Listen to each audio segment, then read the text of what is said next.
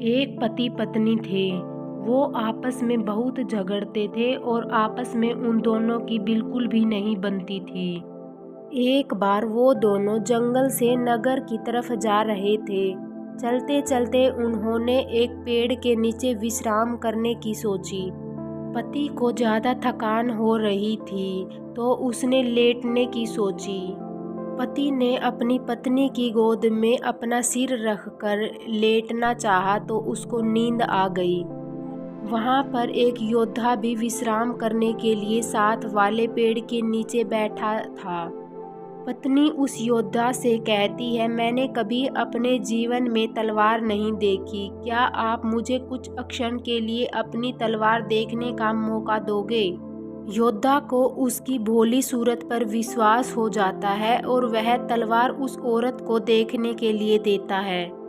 औरत तलवार पकड़ते ही अपने पति का गला काट देती है और तलवार योद्धा की तरफ फेंक देती है और नगर की तरफ भागती है और कहती है, इस योद्धा ने मेरे पति को मार डाला। यह बात राजा तक पहुंचती है। राजा ने औरत की बात को सुना और योद्धा को दोषी ठहराया। राजा ने अपने सलाहकार से पूछा, उचित सजा क्या होनी चाहिए? सलाहकारों ने कहा, राजन, इस योद्धा ने अपनी तलवार से औरत के पति की हत्या की है तो इसके दोनों बाजुओं को काट देना चाहिए ताकि वह कभी तलवार ना चला सके। राजा ने ऐसा ही किया। योद्धा की दोनों बाजुओं को कटवाकर उसे छोड़ दिया गया।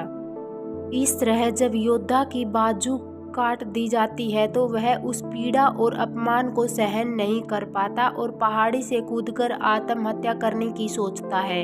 लेकिन रास्ते में उसे एक साधु रोक लेता है। उस योद्धा को बताता है कि उसे उसकी स्थिति का पता है और उसे ध्यान लगाने को कहता है। योद्धा साधु से पूछता है, बाबा, मेरी गलती क्या है? मैंने उसके पति को नहीं मारा, फिर भी मुझे सजा क्यों मिली? साधु बाबा उसे बताते हैं कि बेटा, मुझे पता है ये सब कर्मों का खेल है। बाबा उसे उसके पूर्व जन्म की कहानी सुनाते हैं। बताते हैं कि पूर्व जन्म में यह औरत एक गाय थी, उसका पति कसाई था और तुम एक पहलवान थे। एक बार यह गाय कसाई से अपनी जान बचाकर भाग निकली। कसाई ने शोर मचाया, गाय को पकड़ो, वह भाग गई। कोई भी गाय को पकड़ने आगे नहीं आया। सब जानते थे कि यह गाय को पकड़कर मार देगा, पर तुमने अपनी शक्ति का प्रदर्शन करने के लिए आगे आए और अपनी बाजुओं से उस गाय के सींग को पकड़कर उसे रोक लिया और उसे कसाई के हवाले कर दिया और कसाई ने उसे मार डाला। वह गाय उसकी पत्नी के रूप में उस कसाई से, जो इस जन्म में उसका पति था, उसे अपना बदला लेने आई थी और तुमने उस गाय को अपनी बाजुओं से पकड़ा था, इसलिए उसने तुम्हारी बाजुएं कटवा दी। तुमने अपने पिछले जन्म के कर्मों की सजा इस जन्म में भोगनी पड़ रही है।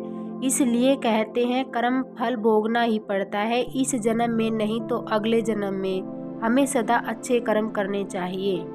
कहानी अच्छी लगी तो कृपया लाइक और चैनल को सब्सक्राइब जरूर करें।